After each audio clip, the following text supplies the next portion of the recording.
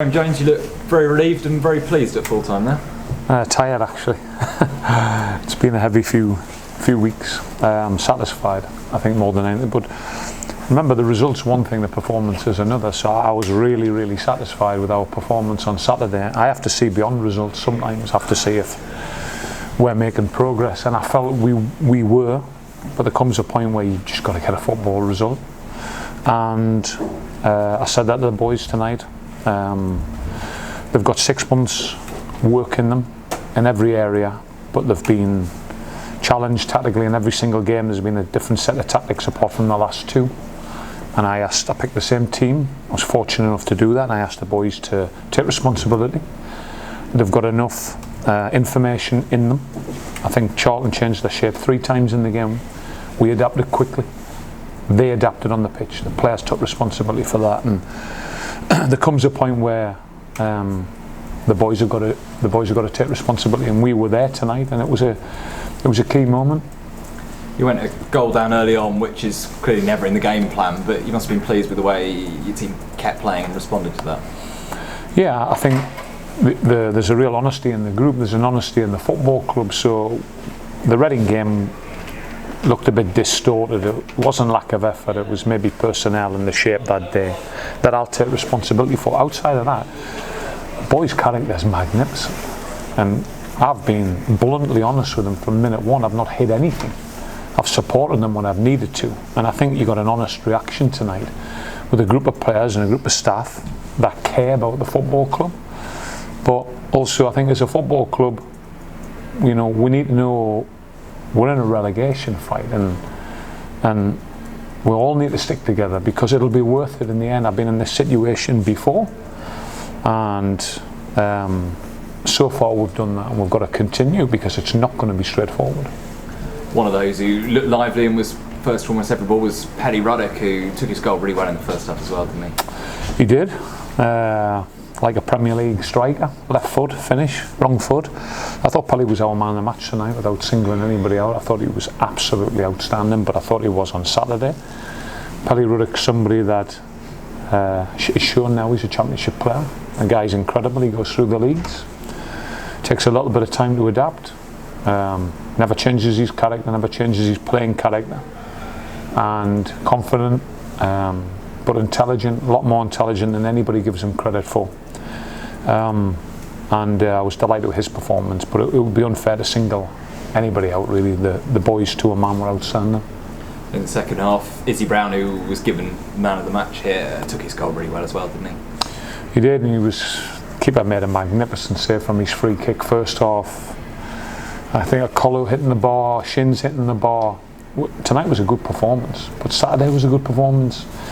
We didn't get a result on Saturday. Tonight we did. So the consistency of performance I've been pleased with since we came in, apart from the Reading game. So that's all you can ask. Results will follow if you get that level of consistency, and we got it tonight. As you said, Charlton had to change shape and they made substitutions, but they never really got any momentum up in that last 15 minutes and really were restricted shots from range, weren't they? Yeah, I think we learned our lessons from the weekend because we defended well, but we didn't defend so deep. Harry and Izzy were capable of completing 90 minutes. The subs really affected us at the weekend. Sometimes it's difficult to come on and pick up the tempo of that game because Kaz and Callum they've had an influence in every game I've brought them on. It just didn't happen Saturday. So we managed to get them through 90, managed to make sure we weren't in a deep block, a little bit of a mid block, but it was the boys' character and the boys' attitude is why we won the game. It's as simple as that. It's first win in 6 now. How much of a lift does that give you going into lots of crucial games in December? So we've got 2 wins in 7 now then, is that right? Is that the start? I think I'm just looking at the next game. It's Brentford, and this league everybody now knows we've got to be ready because there'll be a challenge waiting for. Thank you. Do you feel there was an extra significance on tonight's game going into the match because obviously you were at home and against Charlton, a team who were tabling a bit of a battle on themselves? Extra significance, no more than I normally put on myself or the team, Mike. No, I mean I knew we needed to get a football result. It comes a point where that has to take place, but I treat the game the same as any other.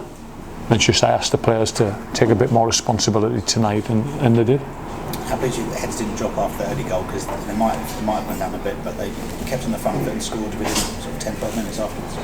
Yeah, I mean, Sonny makes a mistake, we can all see that. But what I loved about it, the boys rallied round him. The boys helped him. The boys got him out of trouble, and then Sonny was magnificent from that point onwards. So that was so satisfying, because we're human beings and all of us make mistakes. But the character of the boys wanted to win tonight. The boys wanted to win in every game in the season, in my opinion. Forget Reading. But sometimes there's a lot more to win in a football match than just wanting to win. Sometimes you've got to have confidence, and sometimes your tactics need to be right, and sometimes you need 11 brains on the same page. And there was a common theme tonight. It was a common goal, and it was to win the game no matter how, no matter what. And yeah, we got that. And Andrew Shinnie winning the ball back half of the pitch and then setting ground for you. Must be pleased with how he did that as well. Yeah, because I worked hard. We worked hard with Andrew Shinnie during the international break on 1v1s and duels, because I love Andrew Shinnie as a player, but if he's losing the ball, especially in the modern game, you're giving the opposition 6 attacks per half, you can't do it. So I made sure Andrew knew his responsibilities. He's responded like the professional that he is, wants to improve, didn't hide or blame people. He went, okay, I'll respond to the training method and I'll get better. And he has, and his last 2 performances have been excellent, because we had a rhythm about us tonight, and Shins normally gives us that rhythm. And you've always said that he's got a goal in him. Just how much of a boost will that be to him personally, getting off the mark for the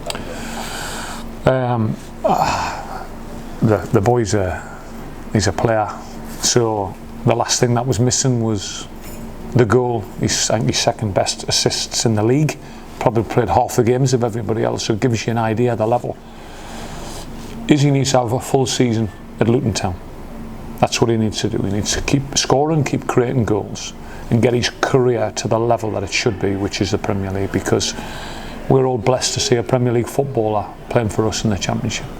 You can see the fans have really responded to him, haven't they? Yeah, because he's class, and he's a class bloke. He's settled in, he's humble, he's come from Chelsea, and he's been a Luton player for the last 5 years with the boys, and that the characters, it's an important aspect as well, Mike.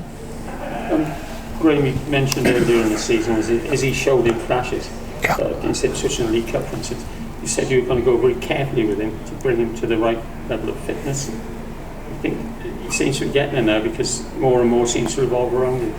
Yeah, I mean, we missed him, Gareth, and he missed the Forest game out here and the Reading game, and they were probably our 2 worst performances of the season. We've got to get stronger as a football club, that you can't just rely on one person, and I don't think we do, but it's undoubted his talent, it's undoubted he's enjoying his football, and he's getting stronger with every game, but we still had to get him fit again during the international break, because he missed 2 games previous to that. It's just noticeable now that a lot more is happening around him, whereas earlier it was a flash here and a flash there. Yeah, it's been a lot of work, Gareth, to get him back to that level. I keep doing this because it's as if he's becoming a sort of fulcrum now.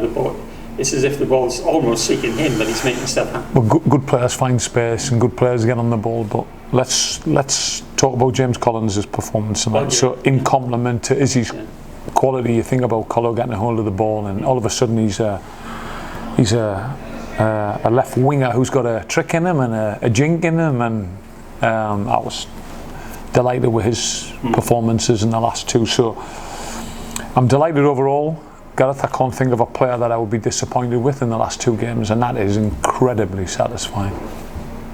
Graeme, how much more improvement can you see in this squad between now and the end of the season? Because you mentioned you've been working very hard, particularly with the international break. You had a couple of weeks and you worked, and that's paid dividends in the last couple of performances.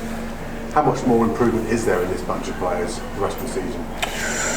I don't know, Jonathan, is the truth. I don't know, but I know they're willing to improve.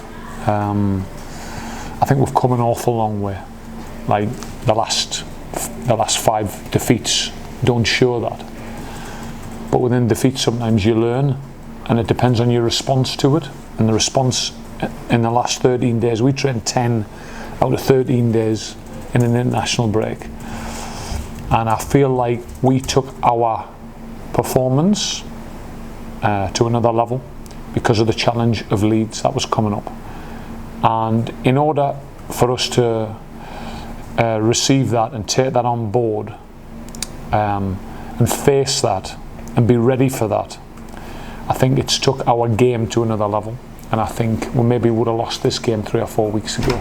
We need to thank the international break coming at a good time and us taking advantage of that. But the preparation for the Leeds game was very sobering. If we weren't at it, you can get seriously damaged.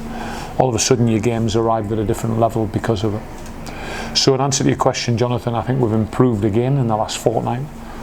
I'm just looking for consistency now. I'm looking for consistency of performance. There's a lot of tactical awareness gone into them. There's a lot of physicality gone into them. Technically, I've asked them to improve. Mentally, we've been working. So the boys have responded the right way, and that's all you can ask for. So I'm pleased. And what's going through your mind? You've lost 5 in a row. You've dominated the game tonight. Most people in the ground would see that.